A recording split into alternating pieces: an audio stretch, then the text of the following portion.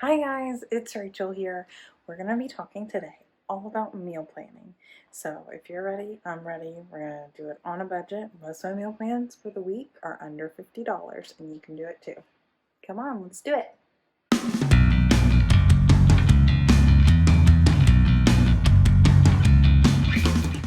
Okay, first thing I want you to do, I want you to go to your fridge. We're not going to go to the internet first and look up recipes. We're going to see what we have first.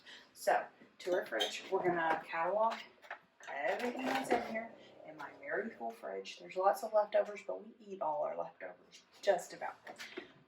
So you're gonna take an inventory of everything that you have in your fridge, especially things that are gonna be going bad soon. Put a star by those. I keep an inventory of what's in my fridge and my pantry, and it really helps me see exactly what I have in there and what meals I can throw together on the fly. So next, you remove your pantry. Check out that full pantry. My challenge for January anyways is to use up this entire thing. That's the goal. We'll see how it goes. I'll update you guys. Follow below. So you're going to catalog all this in your inventory, and then from your pantry you're going to move down to your freezer. So moving on down to our freezer, we're going to see what all's in here. I actually have about 4 or 5 freezer meals in there that I've prepped in advance that I'll definitely be using this week. I've already got one thawing on the counter for tonight. So once you have all that done, you've updated your inventory for the week, then you can move on to step 2. Step 2 is going to be figure out what you have in here and what meals you can throw together just from what you have, or what you just need 1 or 2 of to actually make a meal. I use my iPad with GoodNotes and app to meal plan just because I am terrible at keeping up with paper. But I'm using my food budget overhaul workbook for all of this. It has all my pantry stuff saved, so that's everything that's in my pantry right now. This is a price sheet that I don't have to fill out because I kind of know already what's there, already what my prices is, because I have a different one that I've done. But this is my meal plan sheet. So all of this comes in my course food budget overhaul that goes like super in depth into meal planning and how strategies to save money on food that isn't like couponing and super time intensive ways. But meal planning is super easy with the right information. So I'm going to go through and decide what things do I already have in there that I can make a meal out of. So I know I have a lot of vegetables in there. I also had some different types of broth, and I definitely had tomato juice and some tomato sauce. So it is almost perfect for a vegetable soup. So Monday, my first day of the week, I'm going to write down vegetable soup. Now, I don't think there's anything on this section. It's just what would you have to buy. I don't think there's anything in there that I would actually have to buy. Now, I'm working off of prior knowledge of, I know my vegetable soup recipe. So I haven't had to do any research at all yet. All of this is right off the top of my head. I'm sure you guys have some really good go-to recipes that you could do. There are also, though, some really great search engines that I'm going to pop up around here, and I will link below, that you can plug in what you have in your pantry and it'll show you what kind of recipes you can make, which is straight up amazing.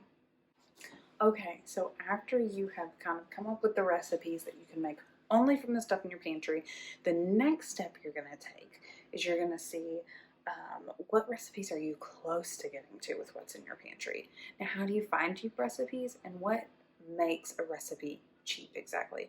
Obviously, a cheap recipe has cheap ingredients. Usually that means it has few ingredients, so there's not like 10 or 15 things you're going to have to buy, and it has staples, things that you have constantly. Like chicken is one, rice is one that's really, things with oats are usually really cheap. Those things can really drive down the cost of a recipe because it's filling. Beans are a great idea too. So, you're going to go through and you're going to find those cheap recipes that you kind of have stuff around that you can use for. Or you're also going to, at this stage, you're going to be checking your sales papers too and saying, okay, what's on sale this week? What could I make into with what I have? Make cheap meals. I'll always I'm on the lookout for cheap meat. Anytime I can get any kind of meat cheaper than I get chicken, I buy it, usually 2 of them, and I freeze them. And then anytime I can catch chicken on sale, I buy it. We mainly just eat chicken and pork, pulled pork usually. We don't have a lot of other kinds of pork.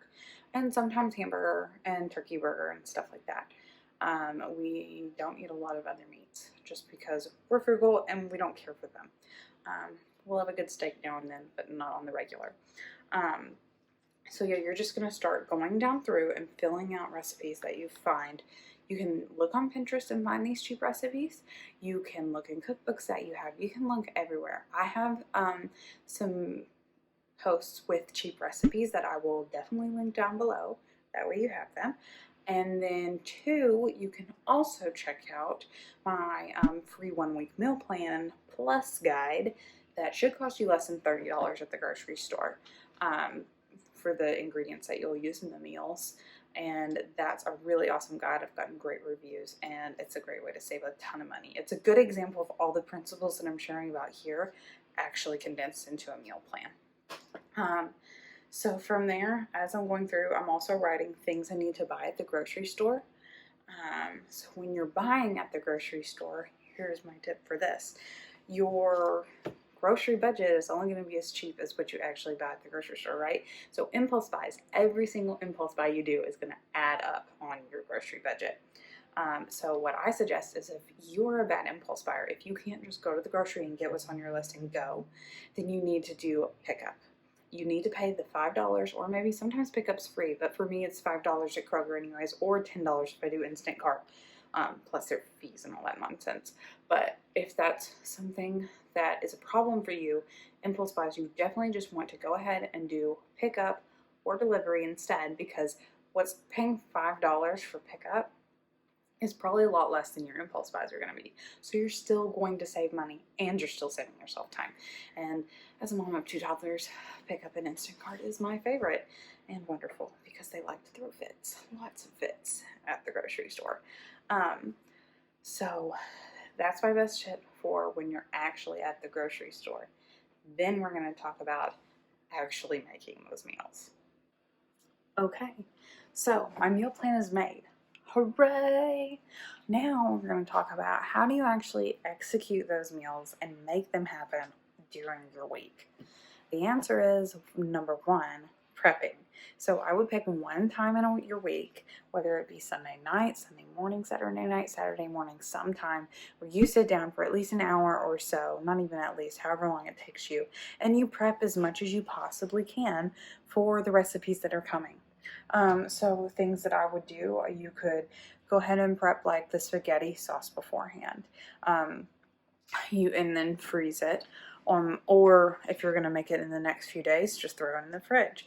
Just little things like that. Anything that'll make it through that's not going to go bad before you get to it, and get it done. Because as many steps as you take out for yourself along the way, you're actually going to be so much more successful in actually making those meals, right? Because it's hard to make meals every day.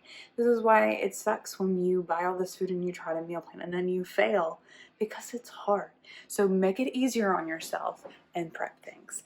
Also, I am a big proponent of putting things on your fridge. I don't have anything right now other than beautiful, cute pictures of my friends and my kids. But I'm a big proponent of putting your why on your fridge if this is something you struggle with. So why are you trying to meal plan? Are you trying to save money? Are you trying to eat better? What is the outcome that you're wanting? And then from there, you'll have motivation right there on your fridge. If you want to put the grand total of money that you know you can save by doing this, put it on there. What do you want that other $50 that you've saved this week to go towards? Put it on there. Something that will make the difference for you on down the road. Okay guys, I'm going to let you go so that you can go on and make your own meal plans. I know you can do this. I believe in you. Comment any questions below or any general comments. That'd be great. Like and subscribe if you liked this video, and I'll be back soon. So